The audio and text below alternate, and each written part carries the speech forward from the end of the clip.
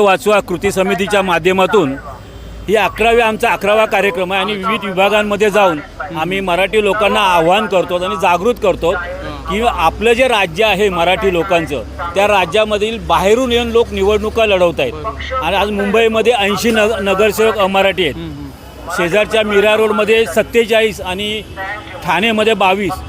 तर उद्या जे बाहेरून लोंढे येत आहेत ते जसजसे वाढत जातील तससे लोकप्रतिनिधी वाढत जाणार आहेत आणि उद्या जर विधानसभेमध्ये अमराठी आमदार जर वाढले तर उद्या तिथले जे शासन निर्णय असतील किंवा या महाराष्ट्राचा भूमिपुत्र कोण हा नंतर प्रश्न येईल. त्याही मराठी लोक अल्पसंख्याक झाले असतील तर अशा वेळेला मराठी लोकांना तुम्ही काय जागृत कराल? सगळ्या मराठी भाषिकांना माझं कळकळीचं आव्हान आहे, जिथे तुम्ही असाल, जिथे स्थानिक असाल, कुठून बाहेरचे आलेले असाल, नागपूरमधून इथे मुंबईत आला असाल, तुम्ही फक्त मराठी आणि मराठी उमेदवारांसाठीच तुम्ही लढा दिला पाहिजे, मागणी केली पाहिजे.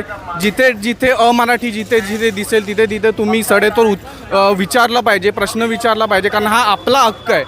या भारताची राज्यघटना म्हणजे प्रांतरचना ही भाषेच्या आधारात झालं आहे हे विसरू नका. त्यामुळे आपण कुठलंही कायदेशीर सगळी कामं करत आहोत, कायद्याला उल्लंघन करून आपण कामं करत नाही आहोत.